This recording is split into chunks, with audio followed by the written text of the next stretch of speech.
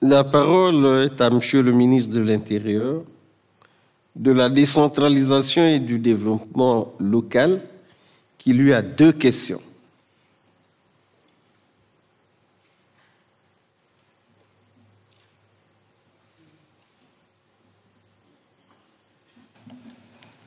Merci, Vénérable Président.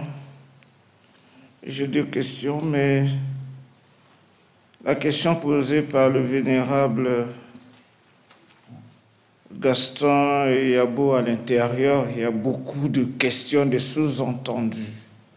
Je vais essayer de répondre.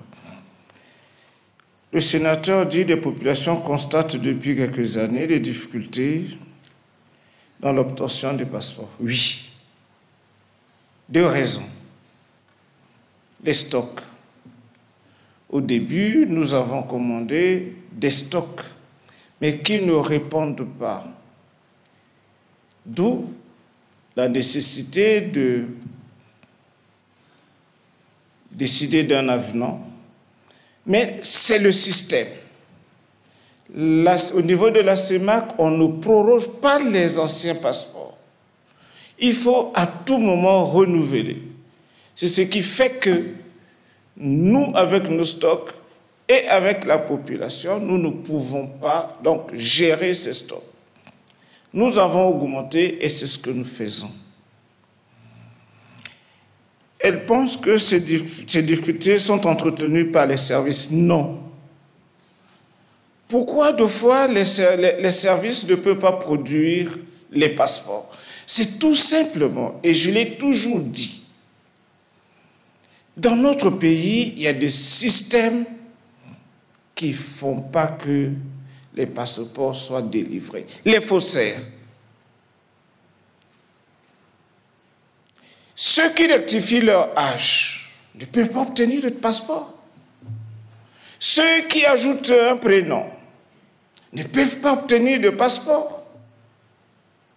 Ce n'est pas possible. Parce que dès l'entrée du jeu, au niveau du centre d'identification, on a tout le système congolais. C'est pour cela que, avant, quand vous allez à l'immigration, mais l'immigration doit interroger l'identification civile. C'est au niveau de la carte nationale d'identité que nous stockons tous les systèmes d'identification nationale. Vous allez aux affaires étrangères, mais les affaires étrangères, par le système, demandent à l'identification civile si c'est bien M. Mboulou Raymond qui est né le 19 mars. Si vous mettez M. Mboulou est né le 20 mars, ce n'est plus Mboulou Raymond. C'est pour ça qu'il y a toujours ces problèmes de passeports qui ne sortent pas. Maintenant, à la question du vénérable sénateur concernant, c'est connu de tous, pourquoi vos services n'arrivent pas à faciliter l'obtention de ces documents dans les délais raisonnables et pourquoi les passeports congolais ne sont pas fabriqués au Congo. Oui, la fabrication est difficile parce que le passeport répond à des normes. Et donc, ce papier, il est spécifique. Oui, on peut monter, mais il faudrait donner des crédits suffisants pour pouvoir acheter des machines. Et plus tard, pour chercher également à acheter ce matériel, ce papier qui répond aux spécifications de la CEMAC.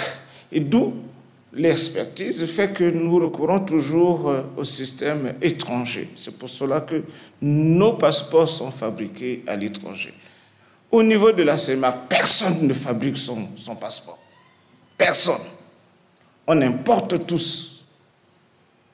Et il est difficile aussi de pouvoir, chaque pays, il faut toujours recourir à d'autres pour essayer de créer tout un système pour garantir la fiabilité d'un passeport. Si bien qu'aujourd'hui, c'est très facile pour nous de nous rendre compte que notre passeport a été souvent, On veut souvent l'attaquer, comme nous disons, fabriqué par des faussaires, mais partout ailleurs, c'est très facile de le savoir. Donc, pour l'instant, nous ne fabriquons pas de passeports, mais nous pouvons délivrer les passeports dans des délais, pourvu que tous ceux qui demandent des passeports apportent les pièces qu'il faut et que ce soit des pièces conformes.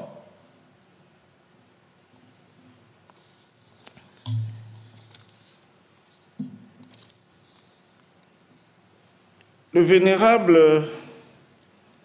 Kaya Magan nous pose une question. N'est-il pas temps de revaloriser les frais journaliers des sessions à l'effet de satisfaire tant soit peu la demande persistante des élus locaux d'amélioration de leur statut? Vénérable Président, c'est toujours dans cette même salle.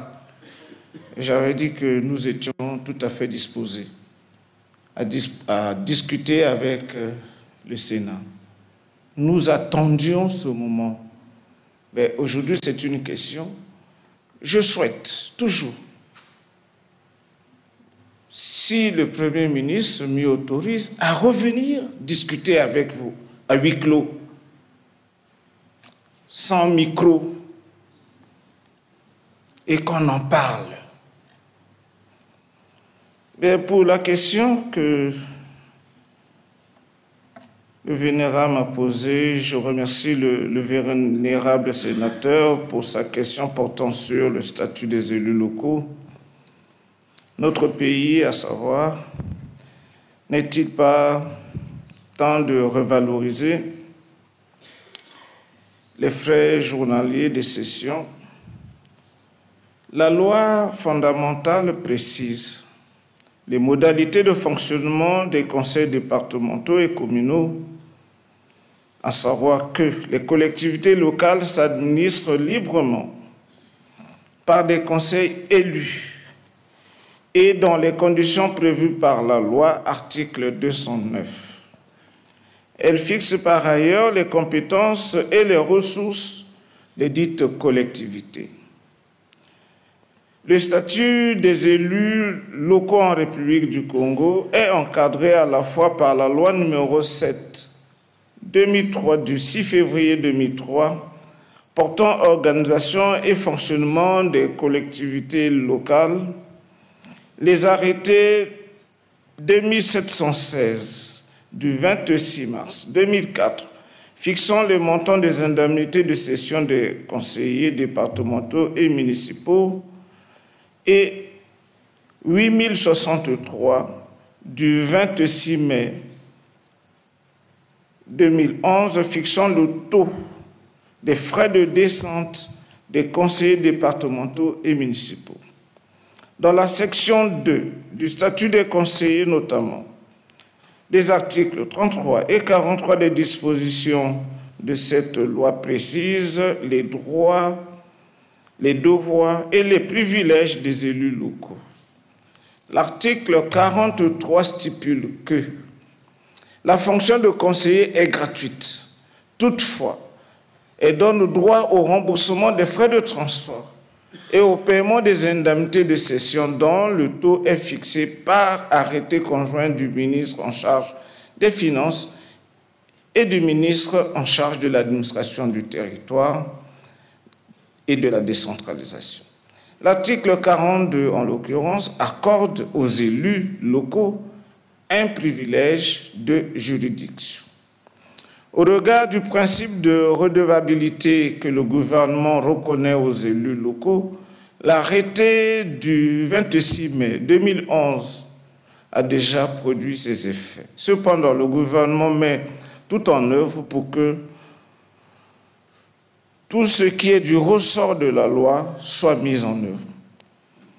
À la réponse à la question du sénateur Kaya Magan, il est important de rappeler aux partis politiques, aux élus locaux, la nécessité de s'approprier des dispositions légales qui régissent les collectivités locales.